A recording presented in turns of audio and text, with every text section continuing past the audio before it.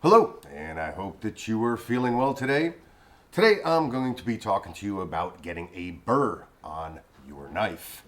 If you're not really familiar with what a burr is, no problem, because I'm going to explain it in detail in a bit.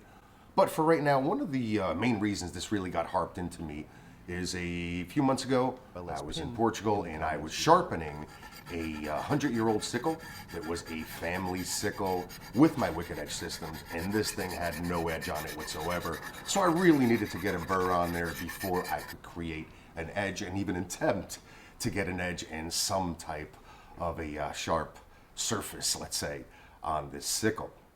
And I'm always keeping up with the Wicked Edge videos that they post on their channel, and it's a point that they're really driving across. In order to get the most out of your knife sharpening, you really need to get that burr first. So, what is a burr? Basically, a burr is, let's say, as we are sharpening our knife.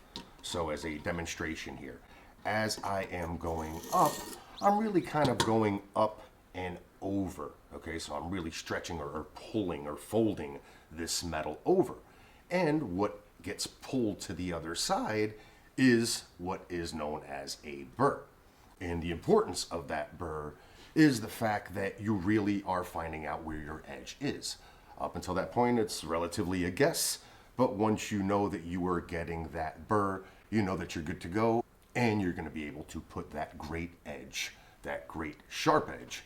So for this demonstration purposes, what I'm doing is utilizing this buck knife folder, and I am using a 600 grit stone.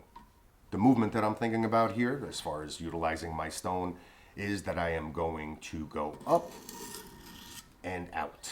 So you start on the bottom, I'm going to go up and out. And what I want to do, let's say in the beginning, is I want to give about 6-7 passes per side and see if I'm getting that burr. So once again, starting with this side, and remember, as I'm sharpening this side, the burr actually forms on the opposite side. So let me go ahead here and give it a few passes.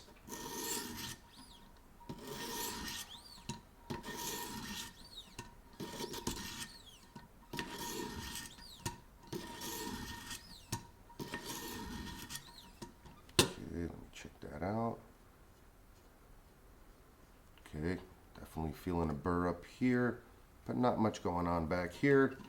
So it is okay to just focus on that area with a few strokes to try and get that burr.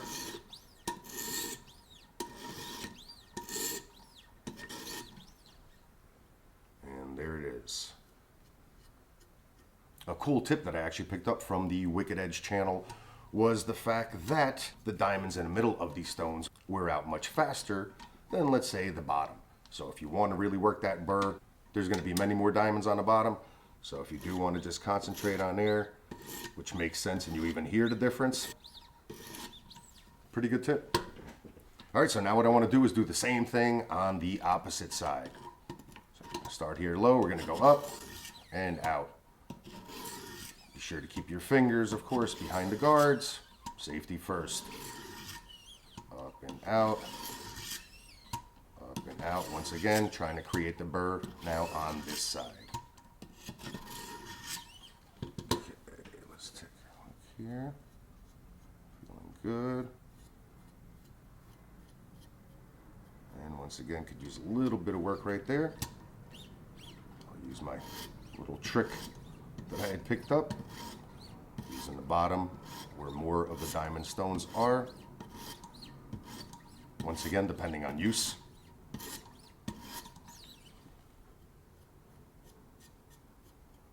And we are good to go.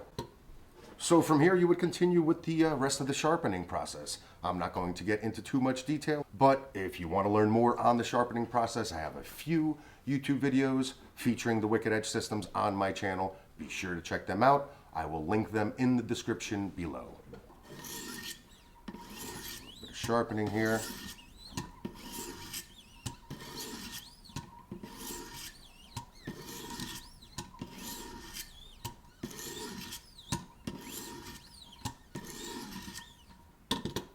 And then from here, I would just use my other stones and go higher and higher until I got to the desired sharpness for my knife. So bottom line, if you want to get the most out of your knife sharpening, be sure to create and feel that burr in order to maximize your effort and get that wicked edge on your knife.